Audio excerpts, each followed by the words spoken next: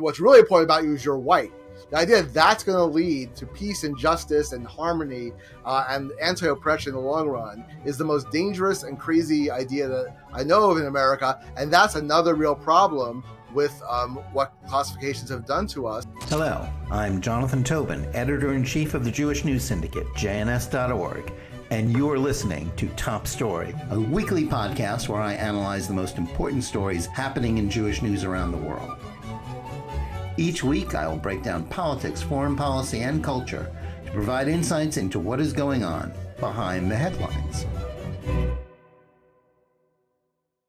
Hello, and welcome to Top Story. Thanks for joining us. Today, we have an interesting conversation for you about the way race and the dangers of the government using racial classifications to put us all in boxes and categories with law professor and author David Bernstein.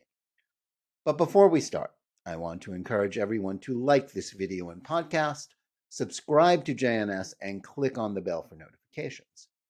Also, we would love to hear from you. Please write to us at editor@jns.org and let us know where you listen or watch the show and what you think about it. I also want to remind you that you don't have to wait a full week for more Top Story analysis.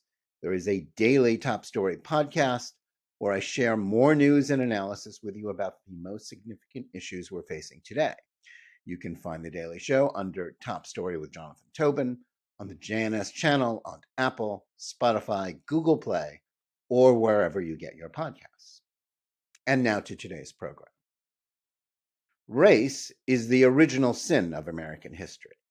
It lies at the core of the most profound conflicts that have riven our society and politics. To ignore it is to be oblivious to the American past as well as to the roots of contemporary issues. Yet the willingness to elevate race as the single defining characteristic of our society and every individual in it is a toxic force that is not only undermining the enormous progress towards racial harmony that America has achieved in the last 60 years since the triumph of the Civil Rights Movement, it is also widening the fissures between groups and making the country a more hostile and more dysfunctional place. Racism may still exist, and it is not surprising that incidents which are seen as demonstrating that truth, like the death of George Floyd, have enormous resonance. But just at the moment in American history when racism was, by any discernible measurement, declining, a movement that flies under the banner of anti-racism has arisen to declare it not just alive, but more pervasive and dangerous than ever. Doctrines about white fragility and white privilege have sought not so much to eradicate racial prejudice, but to declare it both permanent and a seemingly immutable force. Though widely accepted in academia, the media, and now even in government after the Biden administration's adoption of the DEI, Diversity, Equity, and Inclusion Catechism, these ideas are rooted in a belief that equality, the core principle of civil rights, and the ideal of a colorblind nation are not merely unattainable, but not even desirable societal goals. In the wake of the rise of the Black Lives Matter movement and the imposition of woke commissars to enforce DEI rules, intersectional ideology, and the growing influence of critical race theory teachings, race is increasingly being treated as the single defining characteristic for everyone. Identity politics is not just a useful ploy for extremists, it has become the coin of the realm for every sector of society, inevitably creating even more hatred and contention based on race or ethnicity than would have otherwise been present. That this is a revival in many ways of the worst aspects of Jim Crow America, in which, albeit for other despicable reasons, race was similarly declared to be both crucial and immutable, is not merely ironic. It is the defining tragedy of America in the third decade of the 21st century. Yet what makes this ongoing disaster even worse is not just the government's participation, but the manner in which it has created a body of law of race classification that is as unwieldy and filled with anomalies and conundrums that defy solutions, as well as being inimical to fairness and the rule of law. That these racial classifications are rooted in traditions of prejudice is only a part of the reason why they are so wrong-headed. They combine groups of people who are of different origins and reflect neither biology nor any objective source, and they're used in a way that is both arbitrary and deeply unfair. Categories like Asians include all sorts of peoples that have very different experiences in America, but which are lumped together and also considered to be no different from those of European descent. Who gets to be considered a person of color? Does that apply to those of Arab origin, like the anti-Semitic representative Rashida Tlaib, but not to Jews who trace their origins to the Middle East and who are no more or less Caucasian in appearance than she is? A debate about race that is so deeply influenced by toxic leftist ideologies calls into question what it is that we actually mean when we speak of diversity. Are we still so hung up on race and skin color that we ignore a history and a present drenched in discrimination and threats to their safety when it concerns Jews and not other groups? How can a country that pretends to reject racism be comfortable with racial designations that have become assets and or weapons to deploy in getting favorable treatment or government grants that actually resemble those of the Jim Crow past? Isn't it time for us to separate race from state in America if we want to ultimately get rid of racism? To discuss these vital issues and the question of how the government became complicit in the enshrinement of race, we are fortunate to have with us a leading legal scholar and the author of an important new book on the subject. David Bernstein holds a university professor chair at George Mason University's Antonin Scalia Law School, where he has been teaching since 1995. He is a blogger at the Volokh Conspiracy and Instapundit, and is the author or co-author of many articles and 7 books, including most recently, Classified: The Untold Story of Racial Classification in America. David Bernstein, welcome to Top Story.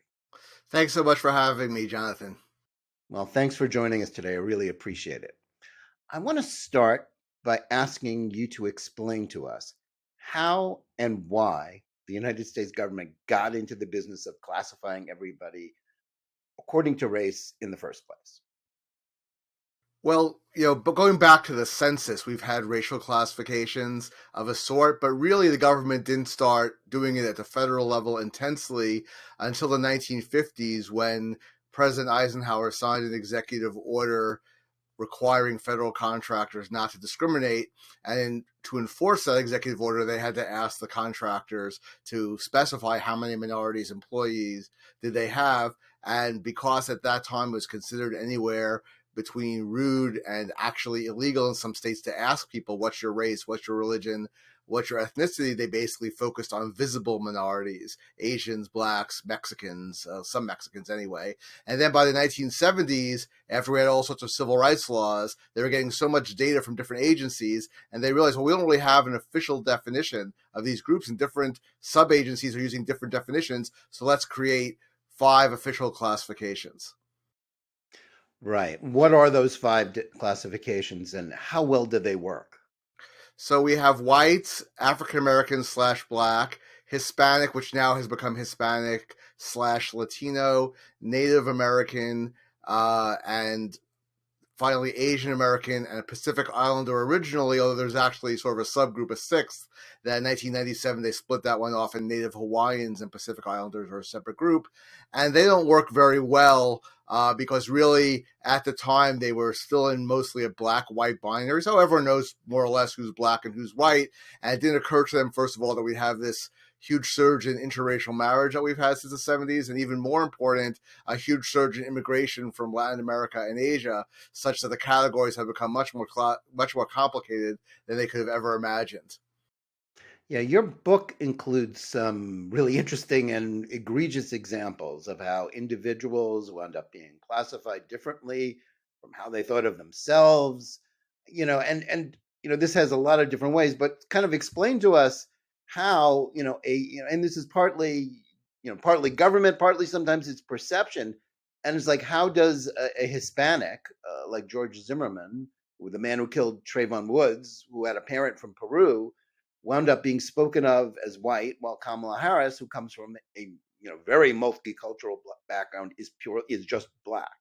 How have we arrived at that kind of point in society? So, like you said, it's a sort of a complex relationship between the government classifications and people's perception. Let's go back to the early 70s. There was no such thing as Hispanics. No one called people of Spanish speaking descent Hispanics. There were Mexican Americans, Chicanos, Puerto Ricans. Sometimes they talk about people from Spanish speaking households or Spanish language households. But they had so many different definitions running around that they decided that they had to come up with a singular definition, partly for statistical convenience, but there was also some political machinations going on. President Nixon said, if we could create some common pan-national identity, it will tamp down Chicano radicalism and Puerto Rican nationalism. They'll think of themselves as Americans. And really, they just put a bunch of several people of Spanish-speaking descent who were working for the federal government with no particular expertise in ethnography or anything else, put them in a room together to come up with something. And what they came up with was Hispanic and it means of Spanish-speaking origin or culture. So George Zimmerman, originally his name was Zimmerman. He wasn't that dark-skinned, so the media wanted to play that as, it's a white guy. His father was, of European descent. Right. His mother's Peruvian. He was sort of ambiguous looks, I guess, but the media already had a narrative in its head that he was a white guy who killed a black guy. Then when he became, turned out he was Hispanic, they sort of said, oh, well, he's a white Hispanic, which is not a phrase they had previously ever used. But in fact, officially under federal law, first you check, are you Hispanic or not? Then you check their race. So about 50% of Hispanics do check that they are white Hispanics. So it's not that that's anomalous in the way we do these things officially, but the media often portrays Hispanic as a separate race, even though under federal law, at least until now, although the Biden administration is considering changing it, it's been considered a separate ethnicity. It could be of any race, which is actually, it's not really an ethnicity, but certainly Hispanics could be of any race. Yeah, and I think you mentioned Nixon. He was very eager that Cuban, people who came from Cuba should also be included. I guess that sort of balanced out, and it still works that way. When you speak of the Hispanic vote, Cubans tend to be, whether they're, no matter what their racial designation, they, because of their immigrant experience coming from a communist country, they tend to be more right wing, more Republican, but yet they are considered Hispanic, even though they come from a totally different culture, societally and politically than people who come from Puerto Rico or from Mexico or any of the other Central American countries. Sure. And as I mentioned, originally they focused on Mexicans, to some extent Puerto Ricans, because many of them are visibly, darker complexioned. And if you were a white Hispanic, you wouldn't have been counted because you were just in the census and otherwise, you were just white. But then when they were contemplating this new classification, Nixon insisted that Cubans be included because they vote Republican. He said, why should we're trying to have affirmative action. Why should the Mexicans and the Puerto Ricans get it? And they vote for the Democrats, but our group shouldn't. Now, more than any other Latin American ethnic group in the United States that's substantial, like putting aside Argentines, whatever, of the major Hispanic immigrant groups, Cubans are the most, you might say, Caucasian or European descended, and the vast majority consider themselves white. So the trick is that once you included Cubans, you have to include all Hispanics, including people from Spain. So someone from Spain, Julio Iglesias' son, is just as Hispanic for affirmative action or any other government purpose as the child of a mixed race grape picker in California. Yeah, and that really brings up, we can dive into this in a lot of different ways, how, sort of by classifying people in this way, especially if our goal is to sort of, help people who are underprivileged, how is Julio Iglesias' son, equally as deserving of a slot at a major university, assuming that was what he was interested in doing, or any of the other sort of government stuff that is handed out, or whether it's entitlements based on businesses or any of the other things where these racial classifications that you've studied comes in.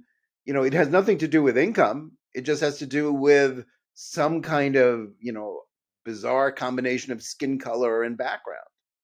Yeah, so there are two major rationales for affirmative action preferences. One is to have diversity, and the problem with all these classifications, they're incredibly internally diverse, but they're treated as uniform. So even the white classification, I mean, it includes Iraqis, it includes Moroccans, it includes Icelanders, Norwegians, Turks, French. I mean, what do these groups really have in common except the government just decided that they're a race?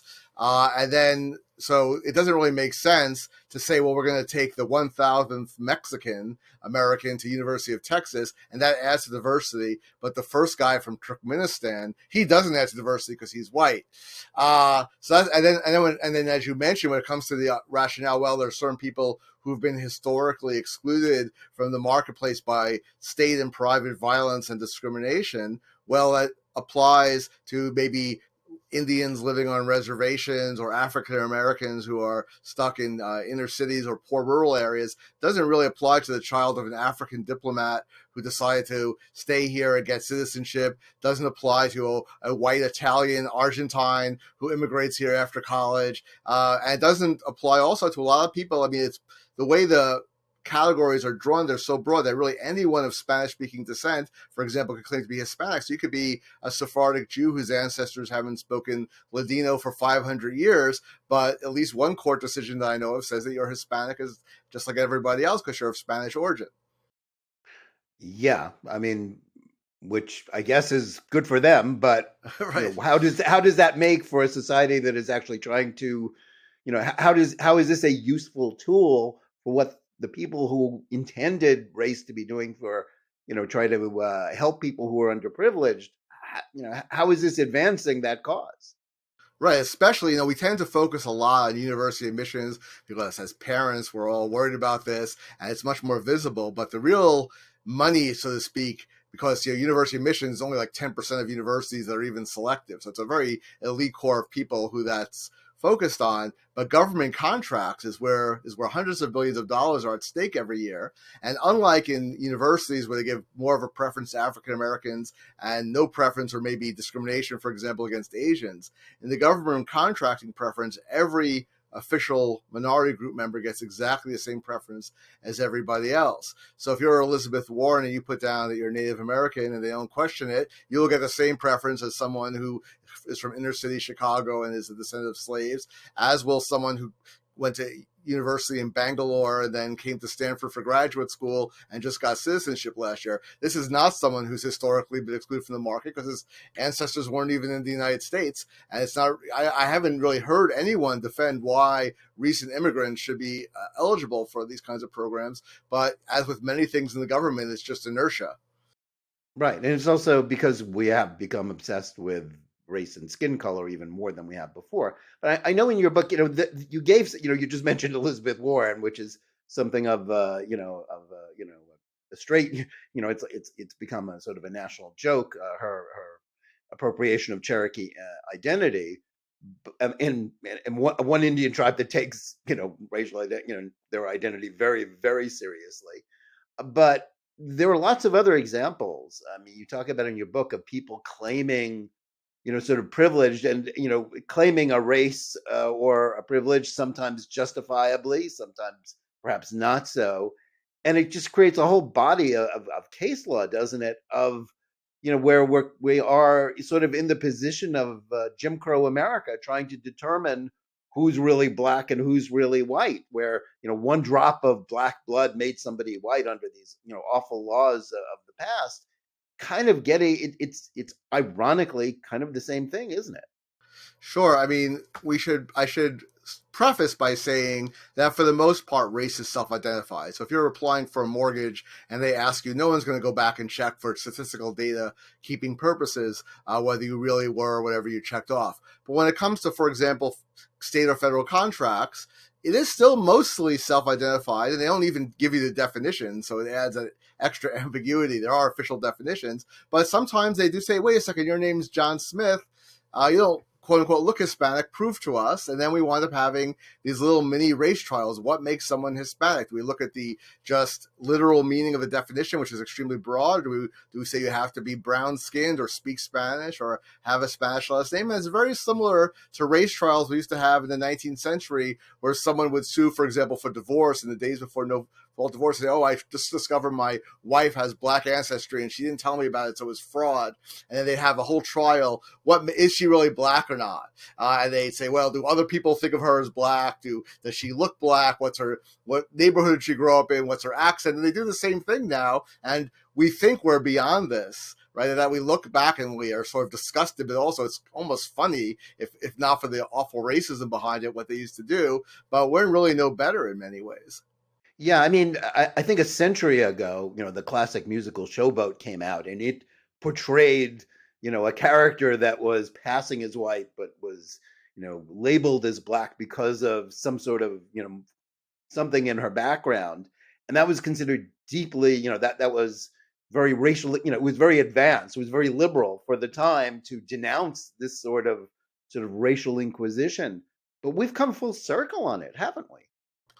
Yeah, it's really troubling because um, I have this. I can't give you empirical evidence on this, but having been around university environments more or less consistently since the '80s when I went to college, since I'm a professor, I have this very strong sense that back when I was in college and law school, most people did not exaggerate their ethnicity. If you had like a Spanish grandfather or you knew you had distant black ancestry, if you didn't grow up, you'd say either one of two things. Either I'm for affirmative action, and I don't think this was meant for me. It was meant for the kid from the ghetto or whatever. If you were against affirmative action, you would say, I don't think anyone should get these things, so I'm not going to check the box to get this unearned privilege. But my sense from all the research I did and just being around the university environment is that now everyone just sees it as sort of a game, as sort of a scam. What box can I check? Can I plausibly, if someone found out I checked this, would I be a laughingstock like Elizabeth Warren, or do I have enough vague ancestry, my great grandfather was Mexican or whatever, that I come within a definition. And if I want to identify as that, who's going to say no? So we're getting to a point where, putting aside what you think of the justice or desirability of classifying people by race in general, the classifications themselves are giving us less useful information and less data. Most of the kids who go to Harvard who are getting in on affirmative action either have, for being black, either have one white parent or they are from the first or second generation immigrants from the Caribbean. A very large percentage of the Hispanic people are what we would normally think of as just being white if we didn't know that they claim to be Hispanic. Many of them are Latin American Jews who maybe their grandparents stopped off in Cuba for 20 years when they couldn't get into the United States from Nazi Germany, then they fled Castro, but their name is, instead of being Michael Bernstein, it's Mikhail Bernstein, but they have the exact same ethnicity. So it's all getting to be a bigger and bigger mess. Right. Well, race has become crucial in terms, as you say, of grants or admissions or jobs. And people sometimes feel they're not properly classified or lumped in with another group that is privileged. You've talked about, you talk in your book about how these, vast groups, Asian and Pacific Islanders.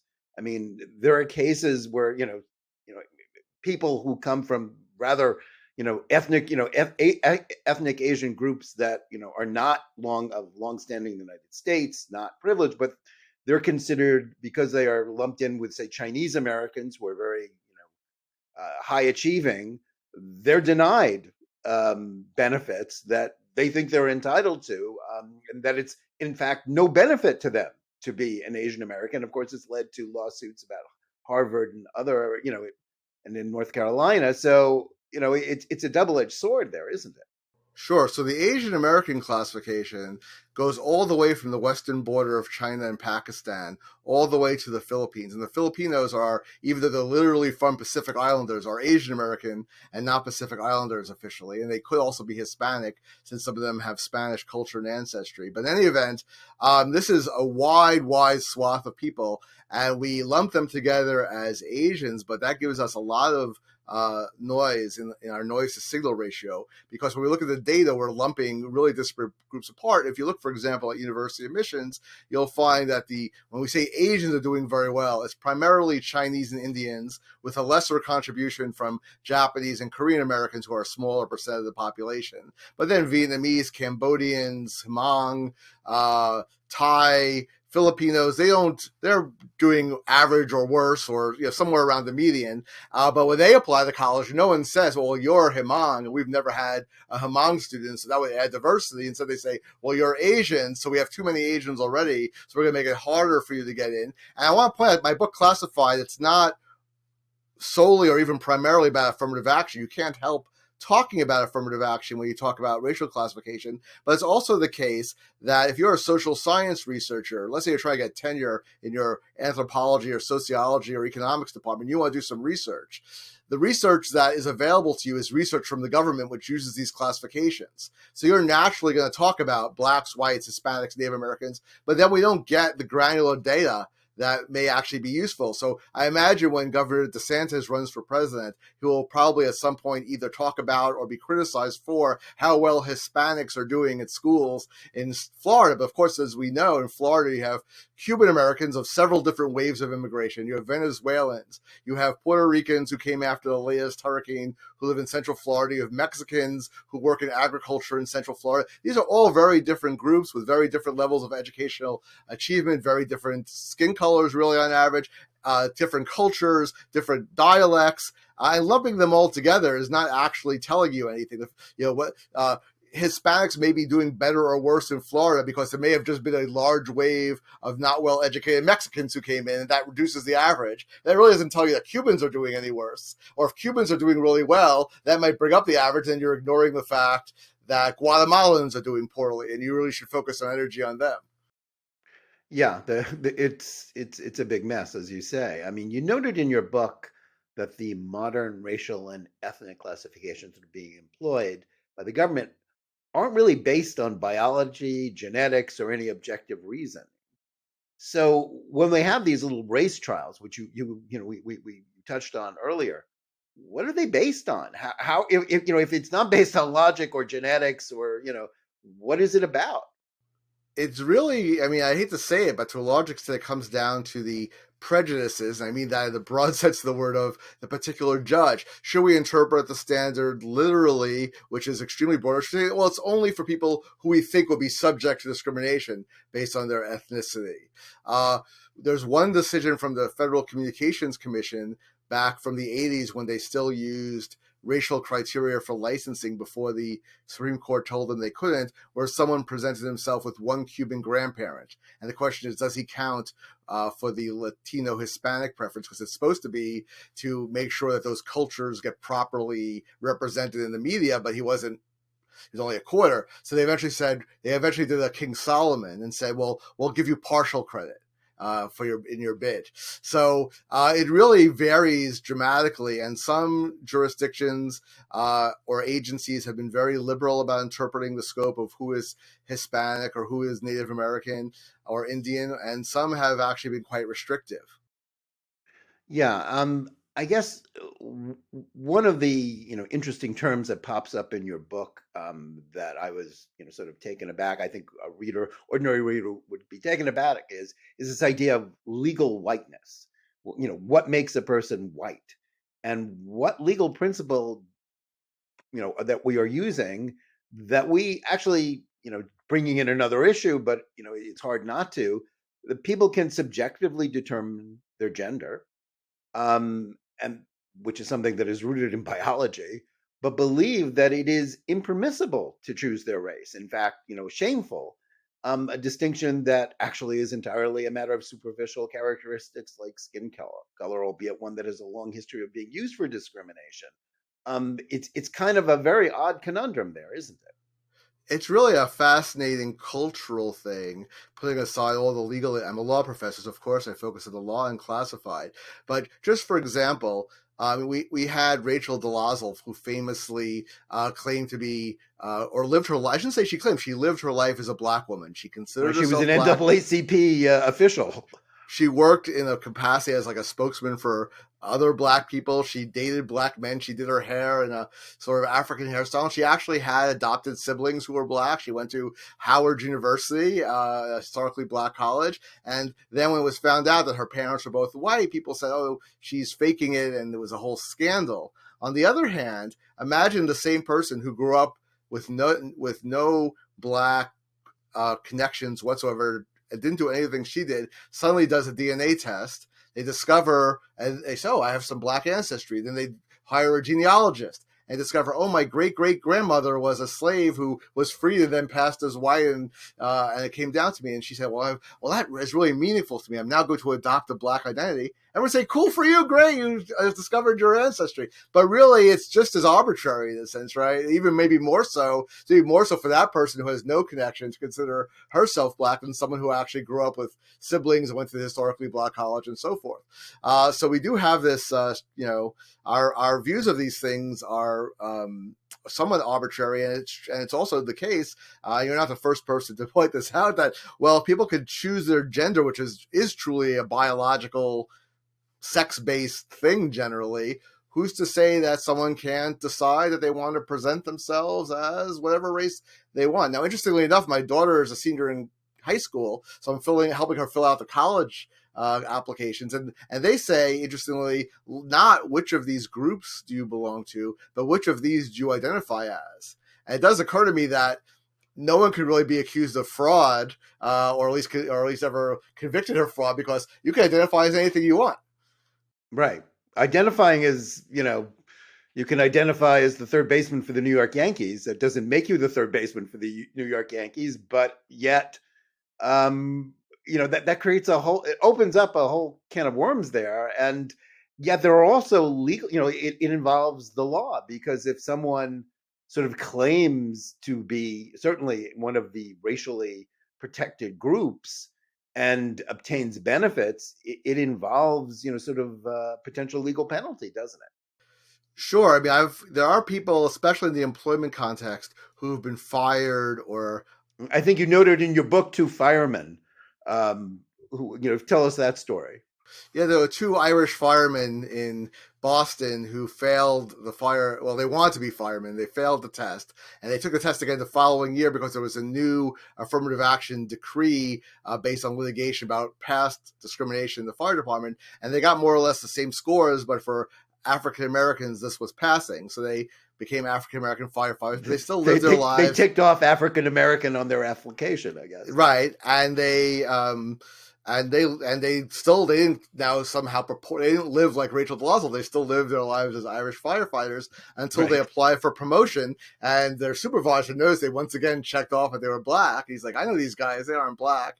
And this was the most well-known. Most of the cases I discussed in Classified, really, I was the only one to ever notice these cases. Everyone says it's always self-identified. Turns out we do have cases where self-identification is challenged, but this is the one case that law professors do know about, and the Massachusetts Supreme Court ultimately decided what makes someone black, and they didn't use the federal criteria. They said, well, either people have to think you're black, you have to live your life as a black person, or you have to have a reasonable belief that you have a recent black ancestry, and these 2 guys happen to fail all 3 of those. Right, but it does open up, as you say, these racial courts. It's not so simple. As you wrote in the book, government racial classifications date back in part to the Jim Crow era, but in the modern sense, really to the post-war era, when such classifications began to be used to monitor compliance with civil rights laws. But obviously, I think the rise of critical race theory, ideas like white privilege, white fragility, have made race a far more of a toxic force in society. How has the adoption of the DEI, diversity, equity, inclusion catechism, made the problems that were already associated with racial classifications worse? Well, I think that the good news is that at the grassroots level, studies show that Americans are less prejudiced than ever. And one really remarkable statistic is that in 1958, when Gallup first asked Americans, do you approve or disapprove of interracial marriage, only 4% approved. And now it's well over 90%. And they're not just saying that because intermarriage rates have skyrocketed. You can walk down the street of any major city in the United States and see every group, every kind of coupling you can imagine from different groups. I might add, but now the same poll shows that they disapprove of intermarriage with people from a different political party. Right. Yes. But by nearly the same numbers that they used Yeah. to That's disapprove something. of racial intermarriage. That's something else I'm working on, a different project actually. But be that as it may, so that's good. I think there's this real possibility that we could foresee that I think would have been hard to see in like 1970, that we could have a non-racial or multiracial American identity that's not tied to what skin color you are, what ethnicity you are. We're all just Americans. And the critical race theory stuff is acting counter to that, because their underlying theory is that race is such a strongly embedded part of American history and current society that we'll never get rid of racism or race, and that all we can really do is divide people up by race and then make sure each group is getting its quote unquote fair share. It's a very pessimistic outlook. I think it's contrary to all the progress we've made, not just on race, but in things that used to be a really big deal, like whether you're Catholic or not. No one cares the president's Catholic. That was a huge deal back when JFK ran for president, and he only won because a lot of Catholics who normally voted Republican voted for him. Whereas a lot of Democrats who are Protestant voted for Nixon because they didn't want to vote for a Catholic. But anyway, people. I always want to give talks. I say, if I had given this talk 60 years ago, even if you weren't a prejudiced person, you probably would have said, first thing you look at me, say, oh, Jewish guy, Bernstein, Jewish features, right? No one ever, now I'm just like a white guy to most people, which is actually in a way its own progress, right? That we don't judge people immediately by whether they're Italian or Polish or whatever. And I think we could be heading there with regard to, there's no reason this can happen with race as well, but we have the ideology of the critical race theorists combined with a bunch of stakeholders who have a distinct and important self-interest in preserving the status quo. I was just looking, for example, at Latin American studies departments or Latino studies departments, or now they call them Latinx studies departments in the United States. And, there's tons of positions out there for people. Almost all the professors, if you look at their pictures, all look to be white, but they've gotten jobs as being people who do post-colonial theory and indigenous studies, even though they're as white as I am. And they don't want Latinos just to melt into the general population, because there will be no use for their services, and all their scholarship would be kind of useless. Yeah, I think there's a whole class of people. Academics are certainly part of it.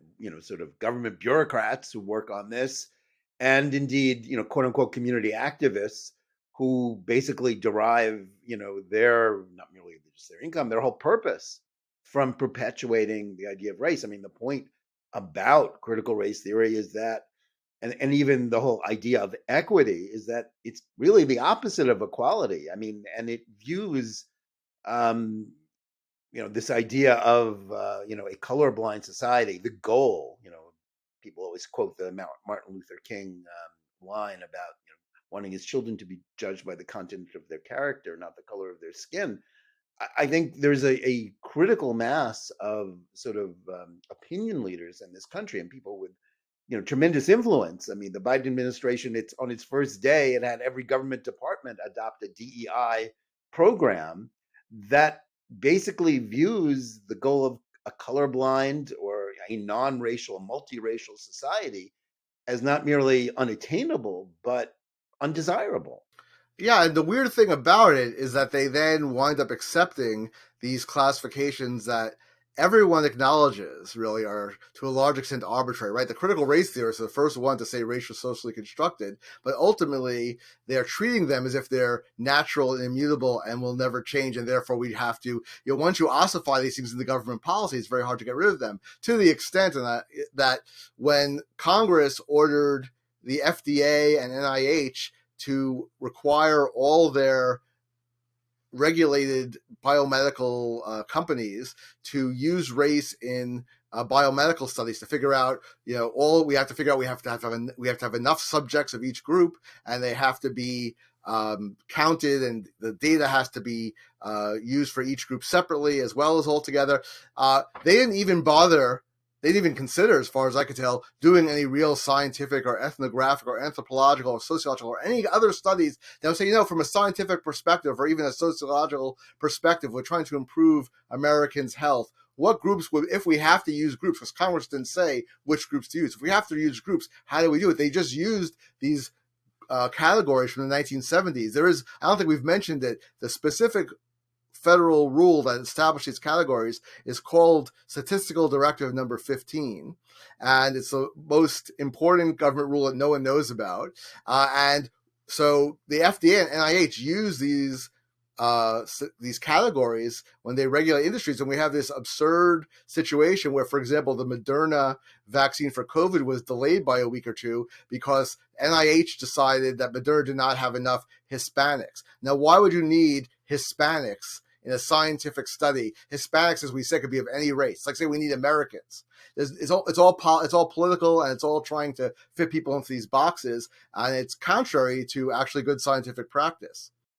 Yeah, well, that goes to the heart of of why this can be so problematic, because as you say, race is kind of a very arbitrary thing, and indeed people of different races have far more in common than people of different genders, as we alluded to before, and yet we're now sort of making these categories so rigid and so important, and basically defining everyone solely by their race rather than their income, especially when it comes to how to help people who are disadvantaged.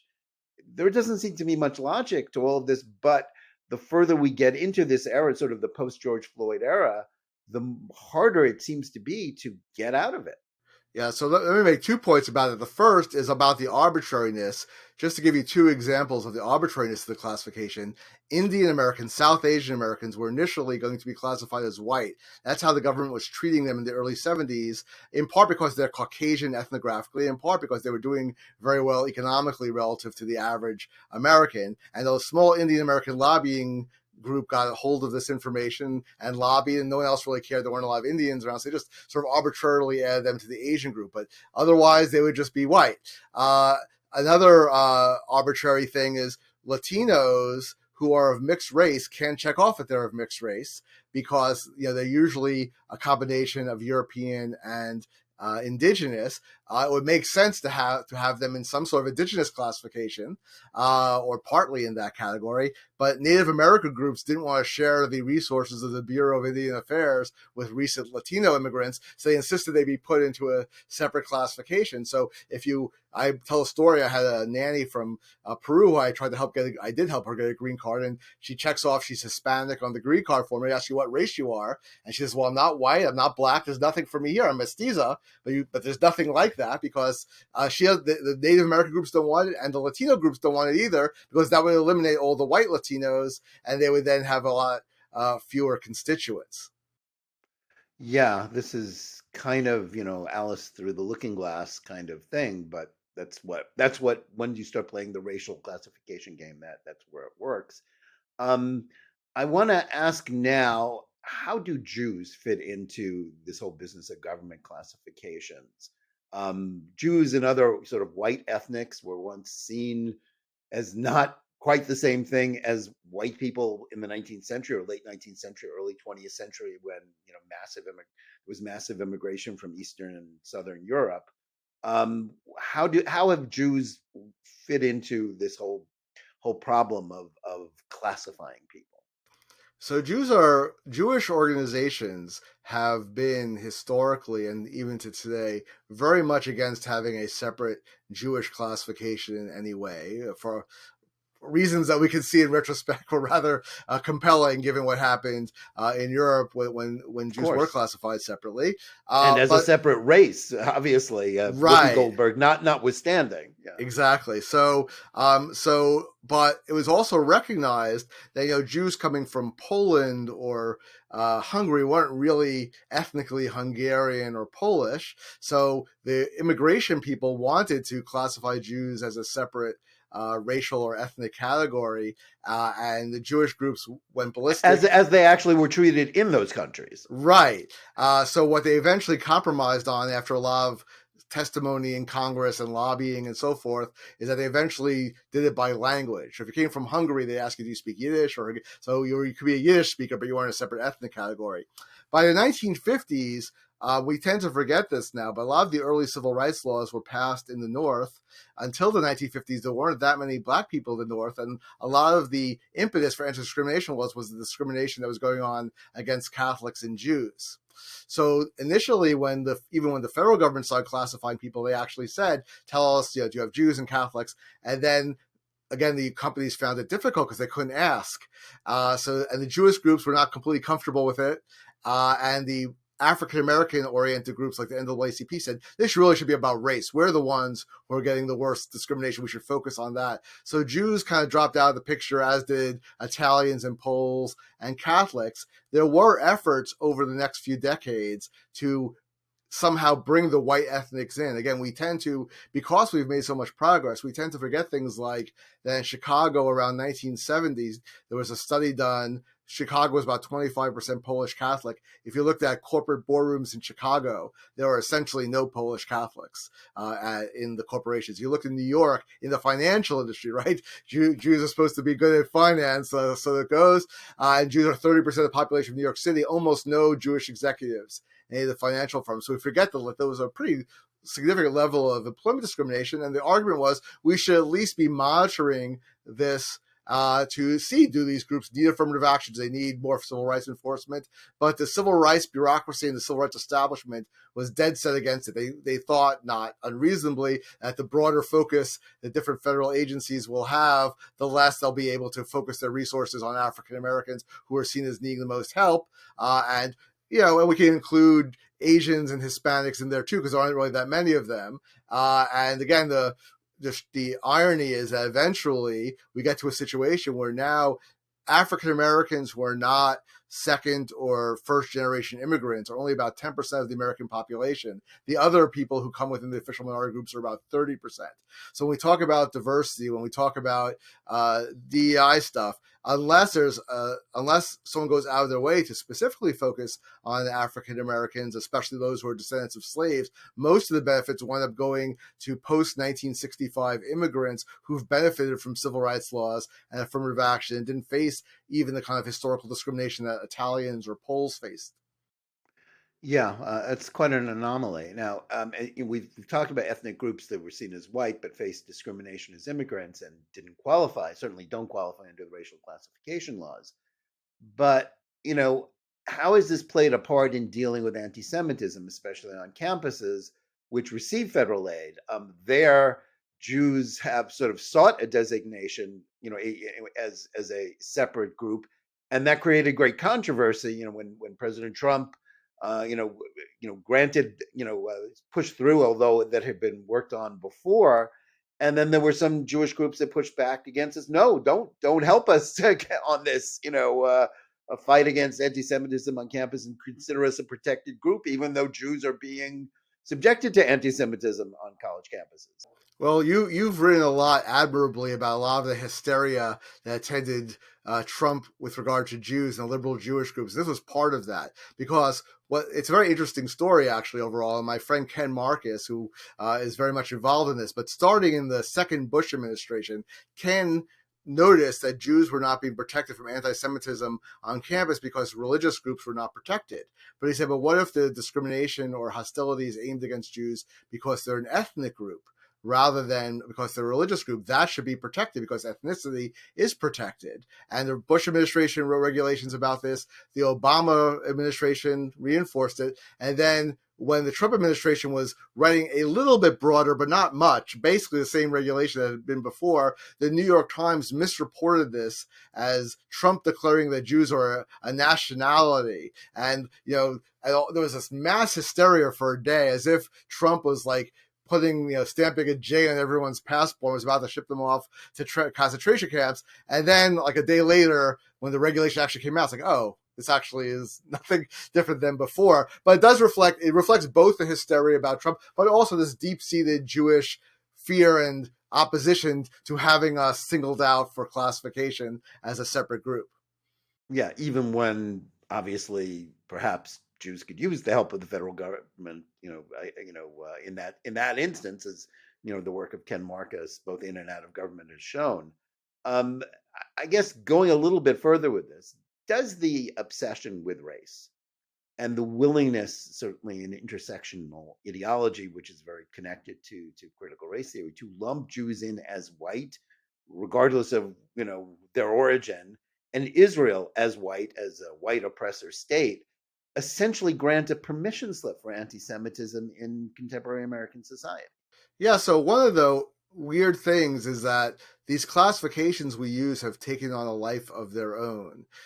So that when people talk about race in the US, they really only talk about the groups that are officially classified. They've added sort of Arab Muslims in just to be sort of woke about it, but who are officially white still, but there's Biden people working on that too. But there's this notion, well, we look at everything through the lens of white supremacy and the historical and current racial classifications. Jews were not officially a minority then, they're not officially a minority now. That makes them just white. And not only do we not understand, then can we ignore anti-Semitism in the US, but you see these ridiculous things. And you mentioned Whoopi Goldberg being a good example, that they can't even understand that Jews were considered a race by the Nazis and that Nazi genocide was a product of racism and not, white on white violence. Or I'll see even Jews who should know better, who are not like as ignorant as Whoopi Goldberg, saying, oh, well, the problem with Nazism was white supremacist. No, they had a different ideology. It had its similarities with white supremacy, but there was actually a separate, not everything in the world follows American patterns of black-white hostility and oppression. In fact, discrimination against ethnic minorities who were white, European in the United States, also did not follow the black-white pattern. We were not prohibited from marrying people who are outside our group. We were not segregated in schools, but that doesn't mean there was discrimination and hostility. It doesn't mean that my kids in Jewish day school don't have to have an armed guard in front of their building. My synagogue has an armed guard, right? I mean, just to ignore it, well, that's not really racism because Jews are white is ridiculous. And the same thing with, the Israel thing is really especially remarkable because it's, on what basis, other than the fact that some Jews in Israel came from Europe, although most did not, Yeah, are the majority are, by the definition of sort of intersectional ideology, people of color because they're Mizrahim and they come from trace their origins to the Middle East, to the Middle East or North Africa. right. So what makes, and, even for me, when I do my 23andMe DNA test, it shows they show you on the map where's like the locus of your DNA, like where's the average place. My wife is of Iraqi Jewish heritage, and I'm of Ashkenazi. She's right there in Babylonia. And I'm just I'm like maybe 100 kilometers to her west in the average origin of my DNA. Right, Right. because Ashkenazi Jews also trace their origins to the Middle East. Right. So, and I just saw there's this nutty professor at GW, who's under some controversy now. She's a Lebanese. I'm not sure if she's Christian or Muslim, but she's Lebanese, and she was harassing basically the Jewish students in her class if they expressed even like mild Israel related support or whatever. But anyway, she looks just like so many Jewish women I know. It's not like there's a easily discernible different look that you could tell even, forget Ashkenazim, it certainly gets Mizrahim. But this is just this is a pure ideological construct that because the left has decided that Zionism is a colonial project and that Jews are colonists, that colonists have to be white and their quote unquote victims have to be people of color. So it doesn't matter if you're actually white or not. It doesn't matter what you look like. It doesn't matter how you're classified in the United States. It doesn't matter really. I mean, this is the thing that irks me the most about it. No one really in Israel and the Palestinian territories think of it as a racial conflict as such. No one thinks, oh, we're the superior. They understand that everyone knows that they're related ethnic groups, right? It is an ethnic conflict. It's a national conflict. It's a religious conflict. Has elements of all those. There is no racial conflict, and it's just to superimpose American, oppression theory that is based on the black-white paradigm onto the Middle East and Zionism and the conflict of Israel with the Palestinians is just academic malpractice at best.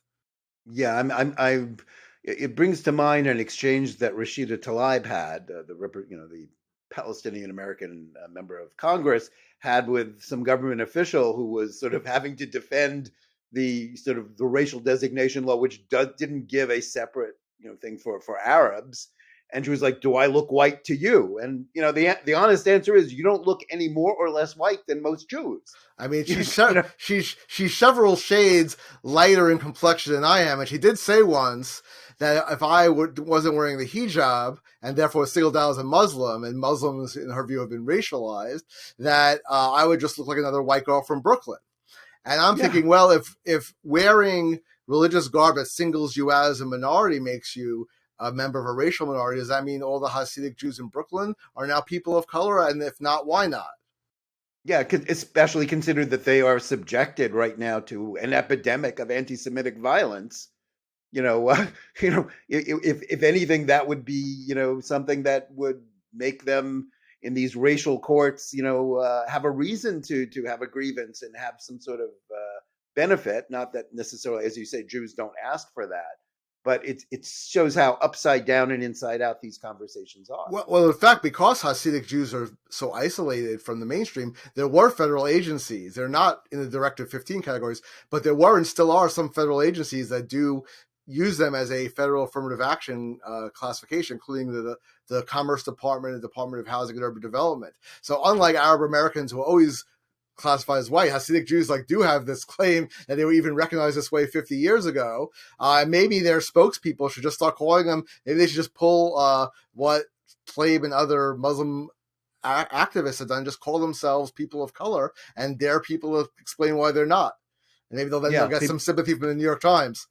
Right, people of color based on their hats. Um, in an Israeli sense, people in black hats. Right.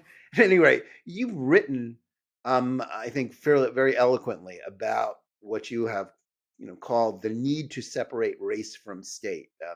You've sort of echoed what Antonin Scalia said, that he wanted we should all be just Americans. Certainly, Chief Justice Roberts has said that the way to end racial discrimination is not by more racial discrimination, but given the enormous investment in race in the law and in the way the government has embraced the DEI catechism, is that you've expressed some optimism to me, but given how deeply entrenched it is in academia, the media, now government, and the schools, is that even possible anymore? Can we claw our way out of this obsession with race? I don't know. I mean, I think one thing I suggest towards the end of Classified is that we should consider in general, we should think, what are we trying to accomplish? And anytime we do Classified by race, we should actually gear it towards what we're trying to accomplish. And a good example, which isn't in the book but I thought of later, is when the FBI compiles hate crime statistics, because you have to classify people by race or something to know if they're being subject to hate crimes on the basis of that identity. They don't just use black, white. They have Jews and homosexuals and Christians and all sorts of other groups, because that makes a certain amount of sense. So one thing to do is, and one thing to, I think, ossify this DEI stuff less, is to actually, in some cases, broaden the classifications when appropriate, and also really narrow them when appropriate. If we're trying to make up, my strong view, being in academia all these years, is that really the strong underlying motivation for affirmative action in academia is the sense that black people have really gotten screwed over the time, which is factually true, and we don't feel in 2022 that we could have an elite institution that largely excludes African Americans if they can't quite meet the criteria that we're using for other people. Okay, so just do that, and if you do that, do it based on the fact that they're descendants of American slaves, which is not a racial category. We're not taking you in because you're black. We're taking you in because of the historical experience of discrimination that has present day effects, which does not apply to a immigrant from Uganda or a Barack Obama or Barack Obama, yes, who's people always say, well, Barack Obama's mother, her ancestors were slave owners. It's entirely possible that Obama's father, being part of the elite of Kenya, were also involved in the slave trade on the wrong side. So he may be on the wrong side of slavery from both ancestries, right? So you could do that. I think the government should. It's also something I thought of after I wrote the book. We generally have a compelling interest test in the law for when the government's allowed to classify, but we only do that when someone challenges a program. But maybe the government should have a general standard that we don't use racial classifications unless there is a compelling interest, and then it does have to be narrowly tailored, which is the other key word. Again, we need to look at what is our goal here. If our goal, for example, is to see how people are doing in education, Hispanic in Florida, as I mentioned, is not really a useful category.